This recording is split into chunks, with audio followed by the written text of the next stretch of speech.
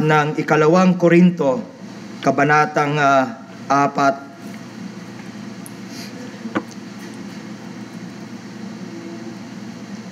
Basahin po natin mula sa talatang 16. Ikalawang Korinto, kabanatang 4. Simulan po natin ang pagbasa sa talatang 16. Kaya nga, hindi kami nanghihimagod, bagamat ang aming pagkataong labas ay pahina, ngunit ang aming pagkataong loob ay nababago sa araw-araw. Sapagkat ang aming magaang kapigatian sa isang sandali lamang ay siyang gumagawa sa amin ng lalo't lalong bigat ng kaluwalhatiang walang hanggan. Samantalang kami ay nagsisitingin hindi sa mga bagay na nakikita, kundi sa mga bagay na hindi nakikita. Sapagkat ang mga bagay na nakakita ay may katapusan, datatuat ang mga bagay na hindi nakikita ay walang hanggan. Sa kabanatang 5 po, tumuloy tayo ng pagbasa. Talatang 1, sapagkat nalalaman namin na kung masira ang aming bahay na tabernakulong ukol sa lupa, ay meron kaming isang gusaling mula sa Diyos, bahay na hindi gawa ng kamay, walang hanggan sa sangkalangitan. Pagpalain ng Panginoong Diyos ang pagkabasa ng kanyang mga banal at hindi nagkakamaling mga salita. Sandali po tayong dumulog sa kanya sa panalangin. Pinasasalamatan ka namin, Panginoong Diyos, pinupuri sa iyong walang hanggang pagtatapat sa aming mga buhay. Maraming salamat sa mga kapatid. Akin pong aariing kayamanan, pagpapahalagahan ang mga pagpapahayag nila ng appreciation sa mga paglilingkod na ginagawa namin sa inyo. Maraming salamat sapagkat alam ko po, Ama, na ang nasa likod ng kakayahan maglingkod ay ang biyaya mo na umaapaw, biyaya mo na siyang nagsusustina sa amin. Magsilbi po nawang fuel, magsilbi po nawang encouragement ang ganitong pagtitipon-tipon para po magpatuloy sa gawain. Gayunpaman, Ama, sa dulo, tanggapin mo ang karapat-dapat sa iyo na pinakamataas na kaluwalhatian. Panginoon, sa amin pong pagtunghay sa iyong mga salita, nawa po kami ay samahan mo. Minsan pa, Ama, habang binibigyan mo ng pagkakataon ang inyong ambang lingkod, bayaan mo, Ama, na patuloy na maturuan, mapaalalahanan, mamolde ang bawat kapatid sa anyo na nais mo. Maging kalarawang kami ng inyong minamahal na anak. Baguhin po nawa ninyo kami araw-araw gaya ng aming binasa. Samahan mo po kami, Panginoon, sa pamamagitan ng iyong banal na Espiritu. Ito po ang aming dalangin. Amen. Sa unang bahagi po ng talata na ating binasa, ang sabi sa talatang 16, kaya nga hindi kami nanghihimagod. Sa ibang salin ay hindi nawawala ng loob. Huwag tayong mawala ng loob. Huwag tayong mawala ng pag-asa. Maaaring sasabihin po natin, talaga nga, papaano naman ako di mawawala ng loob? Ang buhay ko hindi gaya ng inaasahan ko. Hindi ito ang pinangarap ko. Hindi ito ang hiniling ko sa Diyos. Hindi ito ang ginusto ko. Di ko pinangarap na sa ganitong kalagayan ako mauwi. Paano ko haharapin ang mga gahiganting kaganapan sa buhay ko na lalo lang naglulugmok sa akin? Marahil po ito ang diwa na mas nagahari sa puso natin. Hindi tayo gayak na paalalahanan, huwag tayong mawala ng loob. Hindi tayo gayak na marinig, huwag kang mawala ng pag-asa. Dahil wala kang nakikita sa karanasan mo at sa paligid mo at sa immediate future mo na magbabago ng pag-iisip at magbibigay sa iyo ng pag-asa. Hindi rin po nakatutulong yung mga pagbabago na gaganap sa paligid natin. Mga bagay na maaaring tinututulan ng Diyos ay siyang mahigpit na niyayakap na ngayon ng tao. Ang same-sex marriage, halimbawa, abortion. We now live in the age of tolerance. Na ang ibig sabihin, ang pananampalatayang Kristiyano, sabi ng marami, sabi ng iba, ay walang pinagkaiba sa ibang pananampalataya. Maggalangan na lamang tayo. Wala kayong nag-iisang karapatan sa katotohanan. May katotohanan din kami. At mas gustong naririnig iyon ng marami sa panahon natin. Pag nagsalita ka ng katotohanan na tila baga mayroong itinutuwid na kamalian, marami ang aalsa at magsasabi, ayokong marinig yan. Bakit parang mas tama kayo kaya sa amin? Huwag niyong palabasing ganyan. Ito po ang diwang nag-aharay sa ating panahon. At sino ang hindi nakakapansin, lalo na sa kagaya ko na nagmiministeryo sa maraming mga mag-aaral, lalo na yung mga nasa kolehiyo, na mayroong lumalaking bilang ng mga kabataan na iniimpluwensyahan ng atheism. Papaanong hindi ako mawawala ng loob? Samantalang kahit saan ako bumaling, nakikita ko na mas marami akong dahilan para mawala ng pag-asa. Ang maraming iglesia, unti-unting lumalayo sa dapat ay sentro nito. Ang dapat sentro ng bawat iglesia ay ang Diyos at ang kanyang salita. Dapat yun ang pinakamahalaga sa puso ng iglesia. At dapat yun ang pinakamahalaga sa puso at buhay ng bawat isa sa atin. Ang una mong itatanong, nasaan ang salita ng Diyos? Ano ang sinasabi ng Diyos sa bagay na ito? Maraming iglesia, lumalayo na doon. Ang diin ay nababaling sa sarili. Ang tanong na hinahanap, ang tanong na hinahanapan ng sagot, ano ba ang gustong marinig ng tao? Maraming iglesia, maraming mga leader ng iglesia, ang mas pinagpapahalagahan, gusto kong malaman kung anong gustong marinig ng mga tao at yun ang ibibigay ko sa kanila. Ano ba ang gustong makita at maranasan ng tao? At yun ang ipakikita natin at yun ang ipararanas natin. Hindi na tinatanong, hindi na mahalaga sa maraming iglesia. Ano ba ang nais ng Diyos sabihin sa mga tao? Hindi ko ano ang nais ng tao na marinig nila. Dapat ang tinatanong, ano ang gusto ng Diyos iparating sa tao? Ano ang kalooban ng Diyos? Ano ba ang gustong makita ng Diyos sa mga tao? Hindi ko ano ang gustong makita ng tao sa iglesia. Anong gustong makita ng Diyos sa mga tao? Sa isang artikulong nabasa ko noong isang linggo, halos taon-taon, daan-daang mga iglesia sa Estados Unidos ang nagsasara.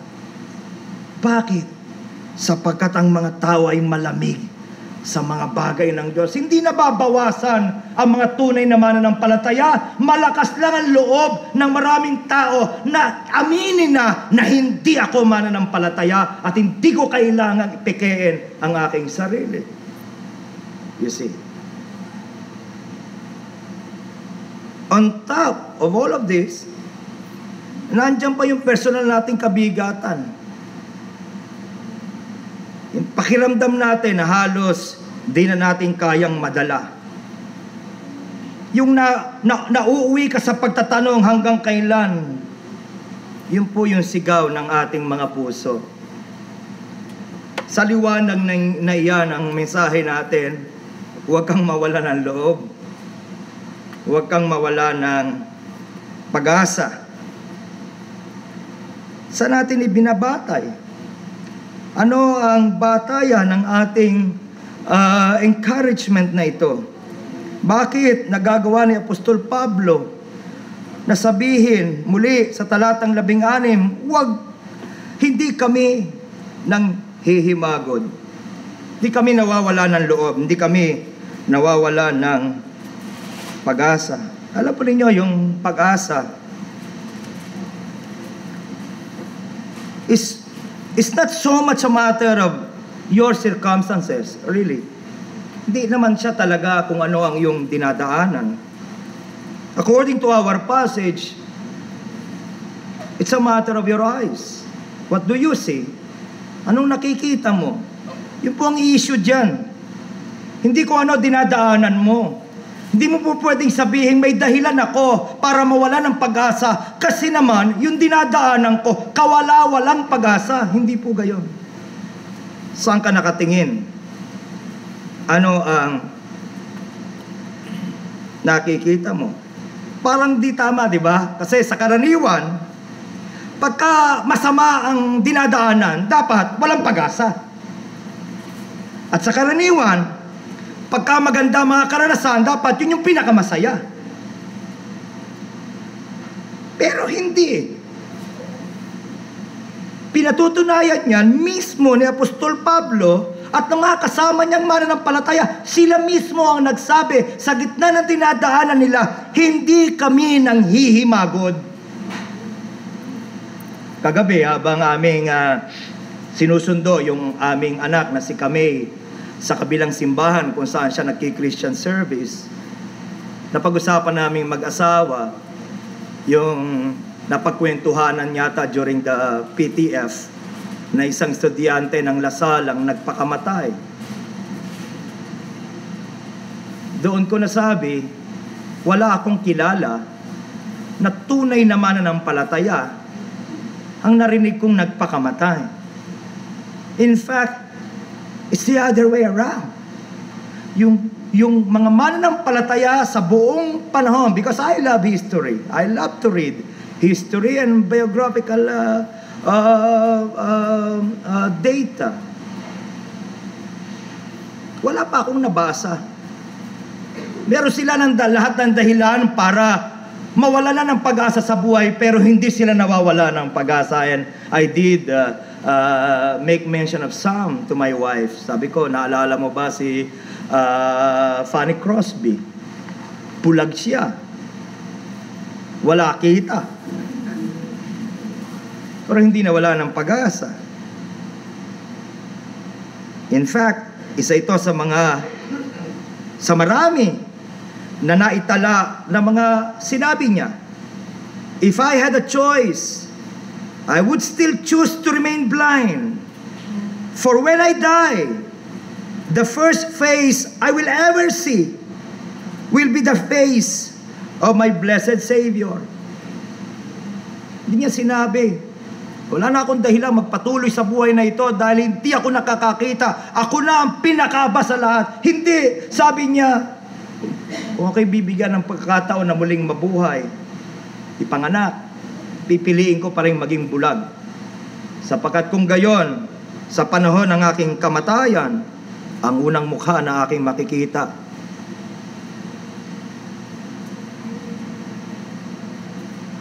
ay ang mukha ng aking Panginoon. Oh, what a blessed hope do we have in Christ Jesus. How about Corrie ten Boom? Si Corrie ten Boom ay nag-serve ng maraming mga taon sa isang concentration camp during World War II. Because she and her family tried to help some Jews escape from Hitler's persecutions. Sa gitna ng kanilang paghihirap sa concentration camp, ito ang mga namumutawi sa kanyang mga labi. Never be afraid to trust an unknown future to a known God. Huwag kang matakot na ipagkatiwala ang ditiyak na bukas sa di mo alam na bukas, sa isang Diyos na iyong nakikilala.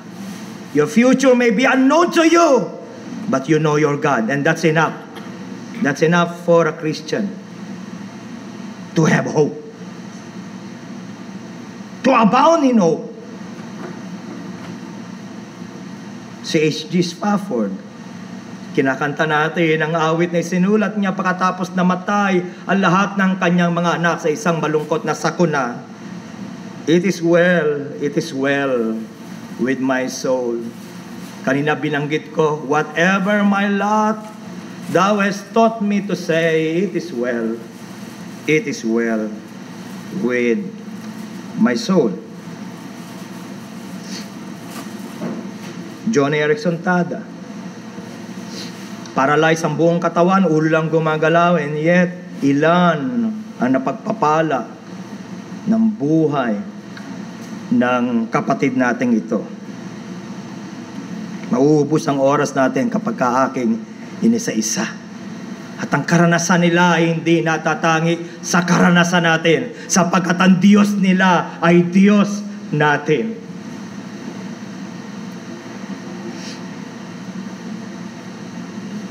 Itong mata na ating pinag-uusapan ay hindi pisikal na mata. Sapagkat muli, kung babalikan natin yung ating binabasa sa talatang 17, sapagkat ang aming magaang kapigatian na isang sandali lamang ay siyang gumagawa sa amin ng lalong bigat ng kaluwalhatiang walang hanggan, samantalang kami nagsisitingin sa hindi sa mga bagay na nakikita, kundi sa mga bagay na hindi nakikita. Alam natin hindi pisikal yung mata na tinutukoy ng apostol na si Pablo, sapagkat ang nakikita niya yung hindi nakikita. He is able to see that which is invisible. Ito yung mata ng puso.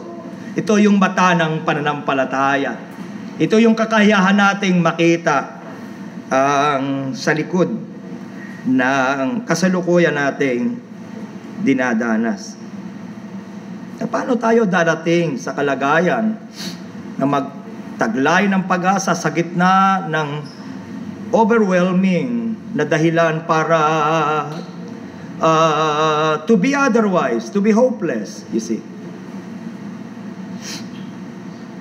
Sa konteksto ng talatang ito, sa talatang 7, ngunit taglay namin ang kayamanang ito sa mga sisidlang lupa upang dakilang kalakhan ng kapangyarihan maging mula sa Diyos, huwag mula sa aming sarili.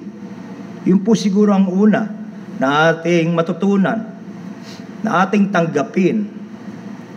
Huwag tayong matakot na aminin na tayo ay mga taong punong-puno ng kahinaan.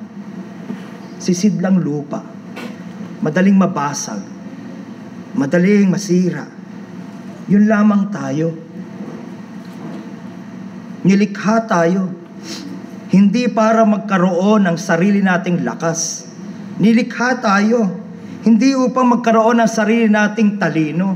Nilikha tayo hindi upang magkaroon ng sarili nating kakayahan. Nilikha tayo upang magsimula ng kaugnayan sa Diyos. Yun ang panggagalingan ng ating talino. Siya ang panggagalingan ng ating lakas. Siya, hindi tayo. Tayo'y mahina. Tayo, sa kalikasan bilang mga tao, ay maraming mga kapintasan. Hanggat kinakaya natin sa sarili natin, patuloy tayong mauuwi sa kawalan ng pag-asa. Simulan nating tanggapin na ako ay mahina. Kailangan ko siya. Ako ay malakas dahil sa Kanya. At yun yung katotohanan na idinadagdag dito sa ating binanggit. Muli sa talatang 7, ngunit taglay namin ang kayamanang ito sa mga sisidlang lupa upang ang dakilang kalakhan ng kapangyarihan ay maging mula sa Diyos, huwag mula sa aming sarili. Ano po sabi? Sisidlan lang kaming lupa, pero merong kayamanang nananahan sa sisidlan ng lupa. Anong kayamanan yung nasa sisidlang lupa, yung marupok, yung madaling mabasag? Ano yung kayamanang nananahan dito? Ang dakilang kapangyarihan ng ating Diyos. Hindi lamang tayo pinatawad ng ating Panginoon, nagpasya siya na manahan sa buhay natin. What a privilege. Nakikita mo ba, kapatid, kung gaano ka, kung mananampalataya ka, kung gaano ka kapalad? Kung gaano tayo kapalad? Na isang kagaya ko na punong-puno ng kahinaan at kapintasan ay pinapasya ng Diyos na maging kanyang tahanan, na maging kanyang templo. I will be with you and in you. You see, what a promise. And what an experience.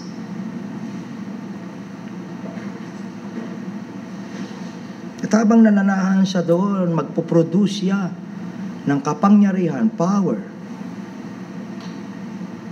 Power for us to face our struggles in life. Parang gusto mo nang sumuko, paulit-ulit lang naman ako. Sabi ko, magbabago na ako, pero hindi pa rin ako nagbabago. Mga kapatid, hindi pa umaayaw ang Diyos. Hindi pa siya tapos sa iyo. Do you remember? Si Thomas Edison, sabi niya sa kanyang mga eksperimento, hindi siya nag-give up kasi pagkatapos daw ng 1,000 experiments, I don't know kung sinabi niya talaga yon. Pero pagkatapos ng 1,000 experiments, baka daw yung ika-1001 ang siya nang maging sagot at solusyon doon sa kanyang eksperimento. Well, ang Diyos, lalong marunong kaysa sa isang inventor. Alam niya ang kanyang ginagawa. Sa simula pa lang na siya ay dumating na sa buhay mo, alam niya na kung ano ka gusto niya maging. So God is not through with you yet. God is not through with me yet. And believe me, God is more than able to enable you to overcome your most difficult struggle in life.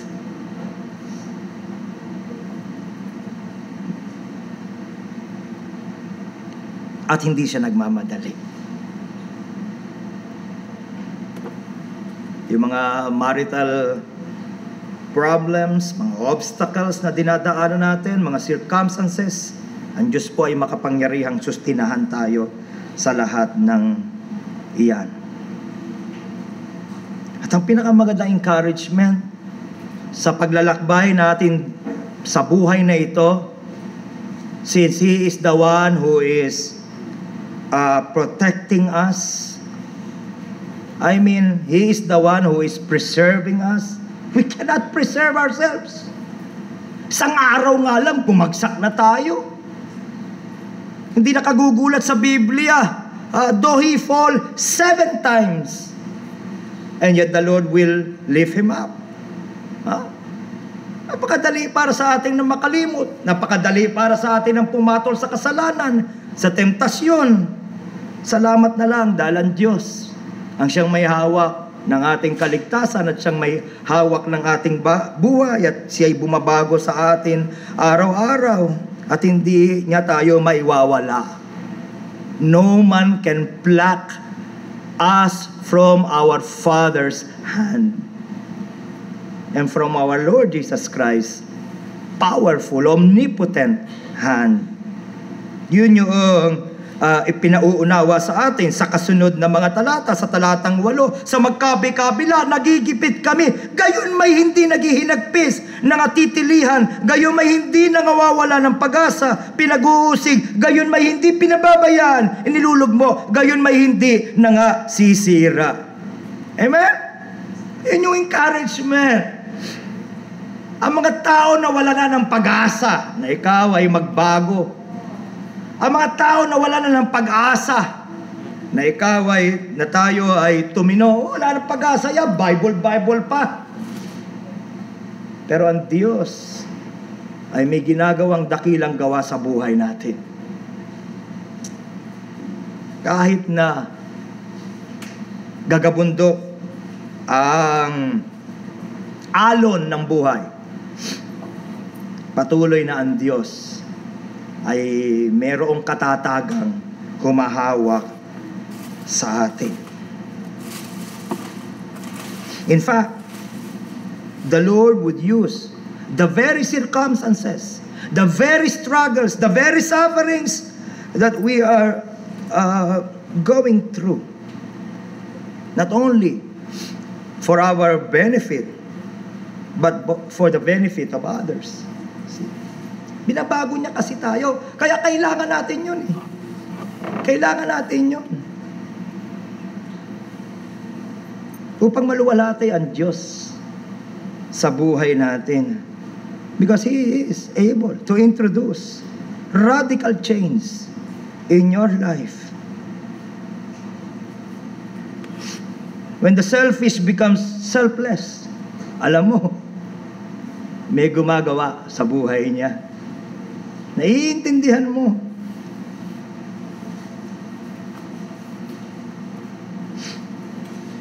When the fearful becomes bold, alam mo, na may buting ginagawa, yung sirkumstansya na dinadaanan mo. Panginoon, dati makasarili ko eh.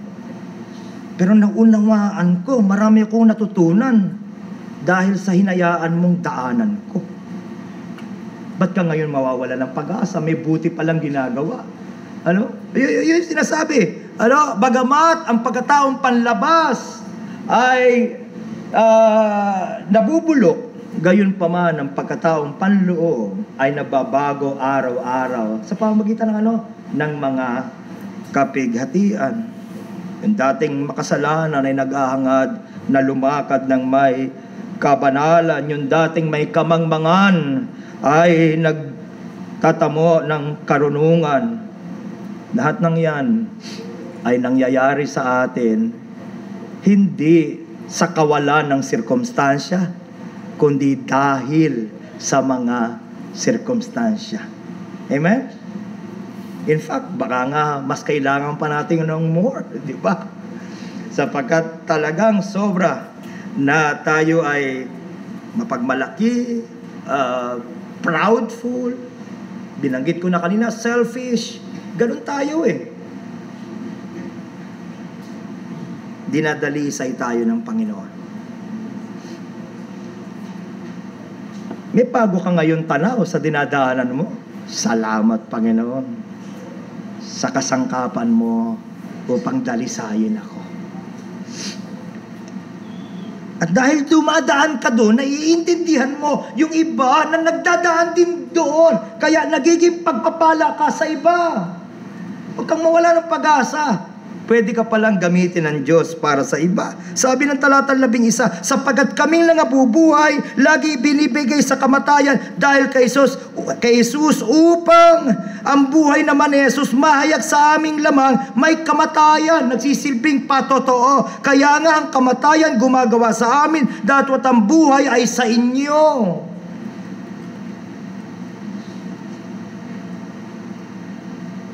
Ilan na ang nabigyan mo ng lakas ng loob, ilan na ang nagbigyan mo ng payo sapagkat dinaanan mo ang dinadaanan niya. Kung hindi mo dinaanan ng isang partikular na sirkumstansya, hindi ka magiging epektibong pagpapala sa iba.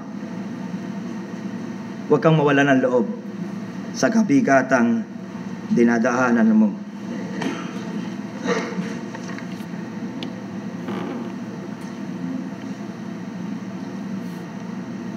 May walang hanggan. Masarap sa lahat na hindi ito ang katapusan. May walang hanggan. Muli, dito nakakonekta na lahat, dito nakasalig na lahat ang ating pananampalataya. Ang sabi ni Apostol Pablo, kung sa buhay lang na ito tayo may pag-asa, tayo na of all people ang pinakamiserable. Salamat na lamang dahil hindi mapapasobalian ng ating Panginoon sa Kristo ay nabuhay mula sa mga patay. Kahit ang hindi mga mananampalataya ay walang paraang pasinungalingan. That indeed, Jesus Christ was risen from the dead. He lives. He lives. We have a living Savior.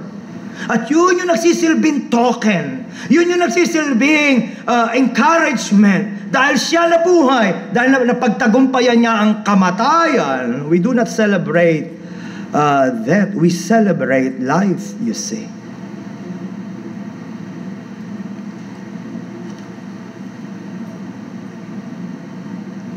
Nawalan kami ng isang bunsong kapatid. Yung inawit ni Misa ay isa sa paborito niyang awit. Hindi lang nakikita nung nagpa-practice na parang magninang na tong dalawang to na pumapatak ang aking luha pagka naririnig ko yung awit na yun dahil naaalala ko ang aking kapatid. Pero nagpaalam siyang may kapayapaan. Nagpaalam siyang may pag-asa dahil nagpakilala sa kanya ang Panginoon. Kung sa buhay lang na ito, mga kapatid, sabihin mo ng lahat, maranasan mo, lahat na ng maganda maranasan mo. Isa pa ring malaking kalungkutan pagkaalam mong sasabihin na ng Panginoon, time is up. Sabihin na natin, nakarating ka na sa lahat ng lugar. Sabihin mo nang nakain mo na lahat ng pinakamasarap na pagkain at naisuot mo ng pinakamahal na damit at lahat ng pinapangarap ng tao. Kung sa buhay lang na ito merong kang pag-asa, ikaw ang pinakamiserable. At hindi tayo gayon. Sa panahon ng ating karamdaman, sa panahon ng ating kawalan, at maging sa panahon ng ating kasaganaan, mapaalalahanan tayo, may walang hanggan.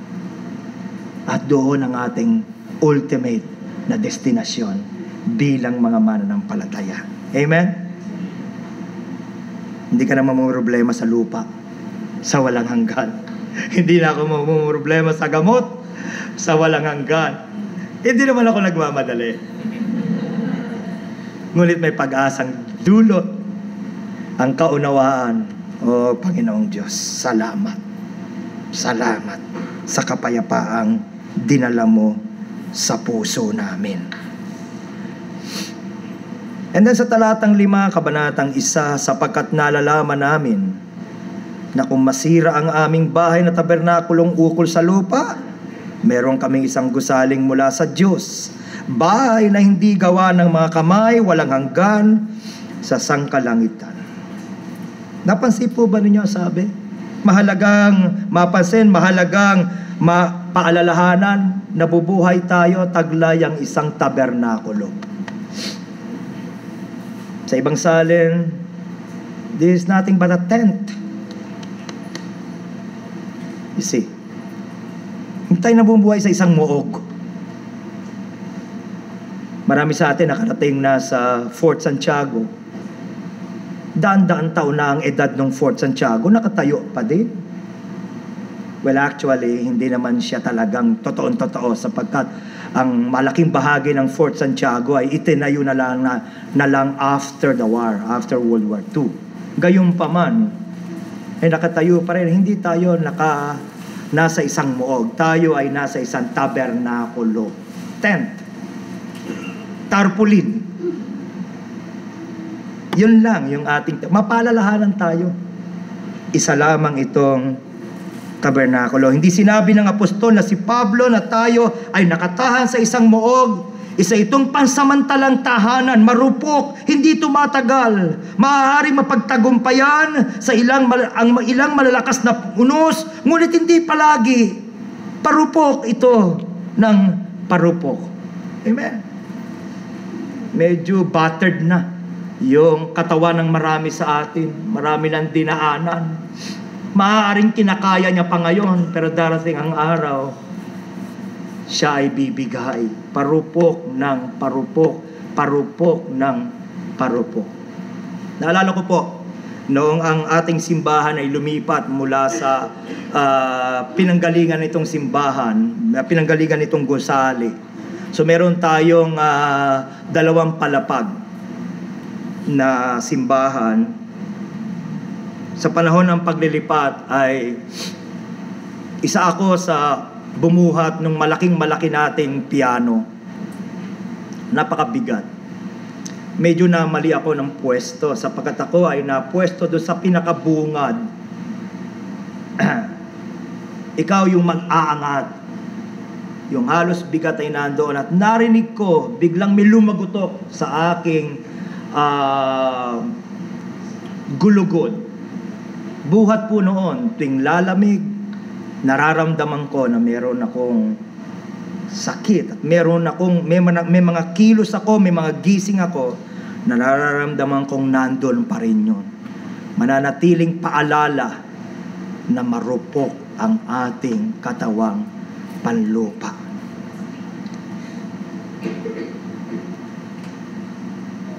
Diyan po nagsisimula ang suliranin pagka iniisip natin na ang buhay na ito ay pamalagian.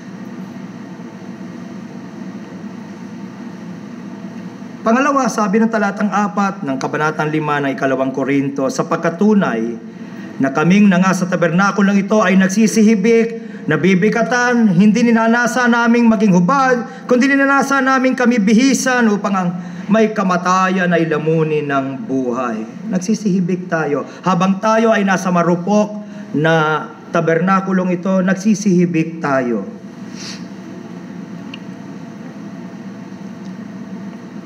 Siguro, kaya ginamit ito ni Apostol Pablo, tent maker siya. Yun ang kanya naging kabuhayan bilang lingkod ng Panginoon. Ang naaalala ko naman ay yung tent ay ginagamit sa camp. Noong ako po ay elementarya, ako po ay bahagi ng Boy Scout. Isa ako sa troop leader. Ikaw yung nagsasabi ng kaliwa, kanan, kaliwa, kanan, kaliwa. Nagsagawa po ng isang camping sa gawing bukid. Madaling araw pa lang halos ay naglalakad na kami at lahat kami ay excited. Masarap isuot yung iyong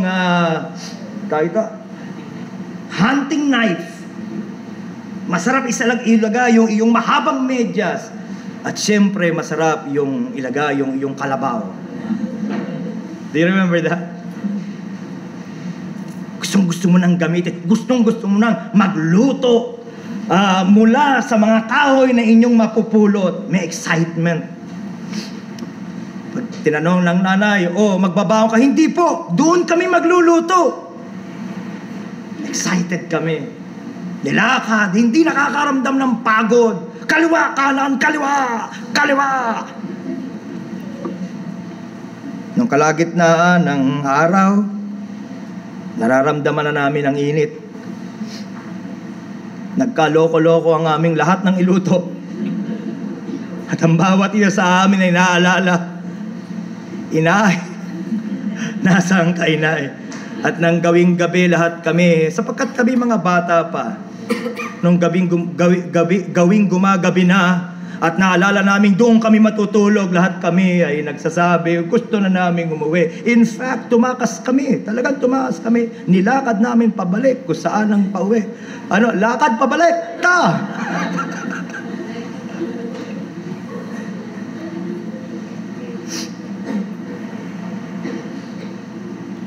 Nawa maalala mo na ikaw ay nasa isang tent.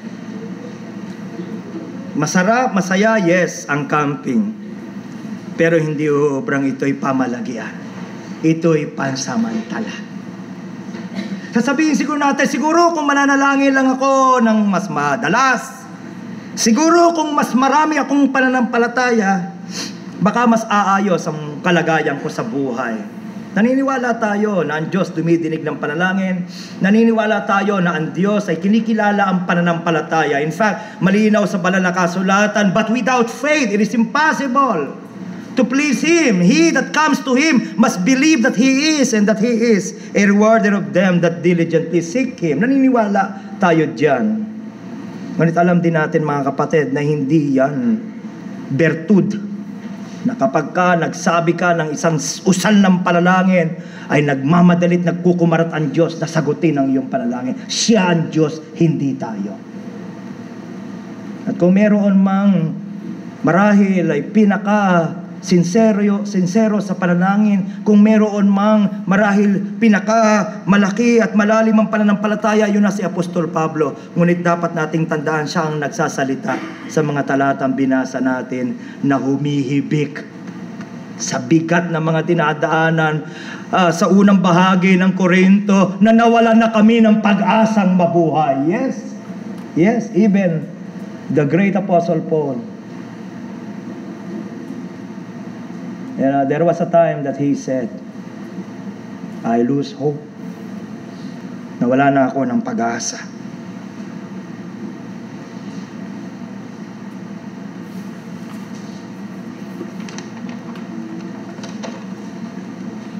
At dapat nating maalala bilang panghuli, sapagkat ito ay isang pansamantalang tabernakulo lamang. Isang araw ito ay sisirain. Muli, ang sabi ng talatang 1, sapagkat nalalaman namin na kung masira ang aming bahay na tabernakulong ukol sa lupa, mayroon kaming isang gusaling mula sa Diyos, bahay na hindi gawa ng mga kamay, walang hanggan sa sangkalangitan. Ang daling gibain ng tent. Kung bahay ang gigibain, baka kailangan mo ng bulldozer. Pero hindi ang tent.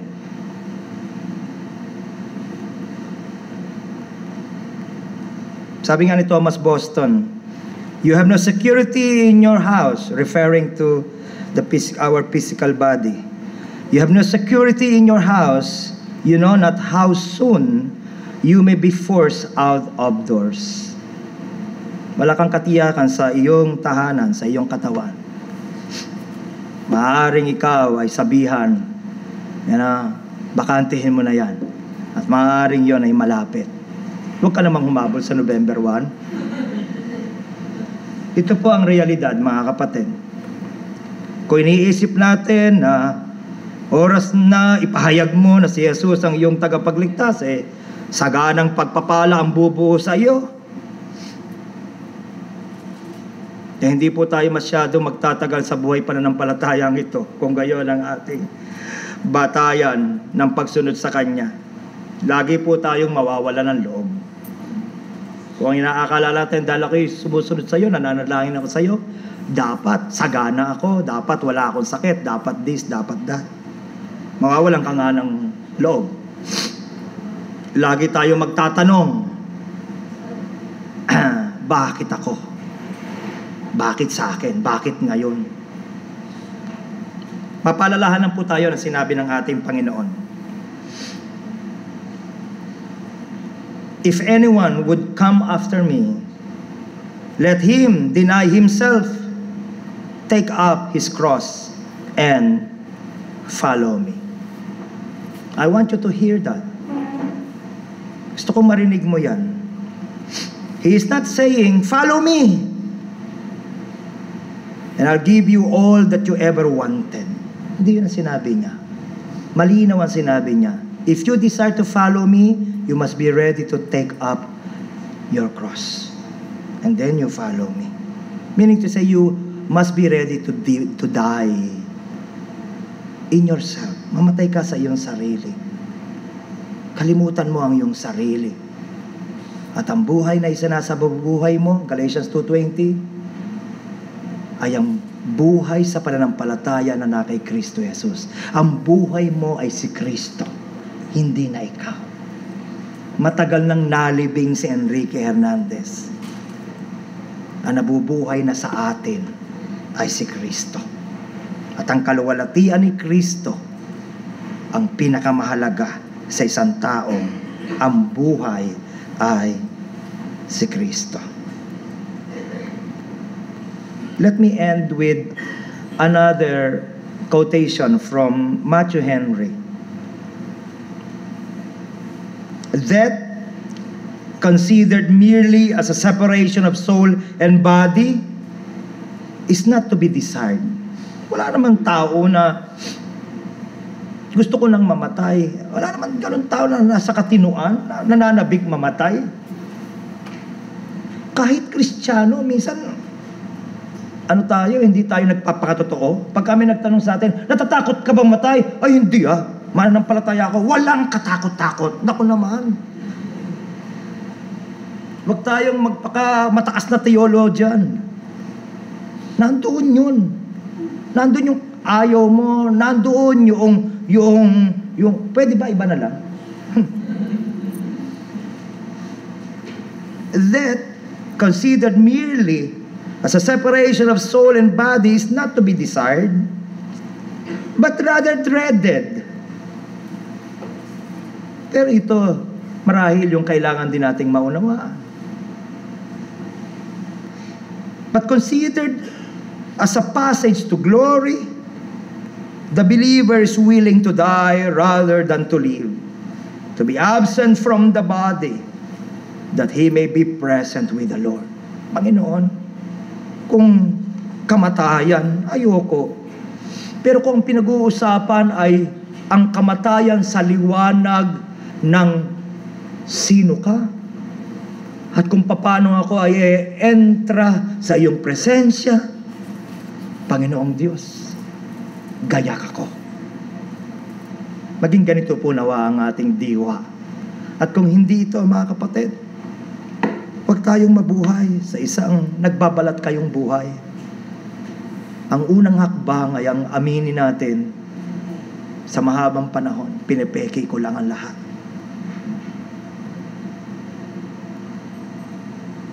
Tinatanggap ko, wala akong pag-asa. Kailangan kita, Panginoon. At lalapit ako sa iyo at magmamakaawa ako sa iyo hanggang kumilos ka sa buhay ko. Why? Because you can be a regular attendee of this church for the rest of your life and die and go to hell. You can be an active member of the choir and die and go to hell. Huwag mong hayaang mangyari yan. Huwag tayong mawala ng pag-asa kung tayo ay na kay Kristo Jesus.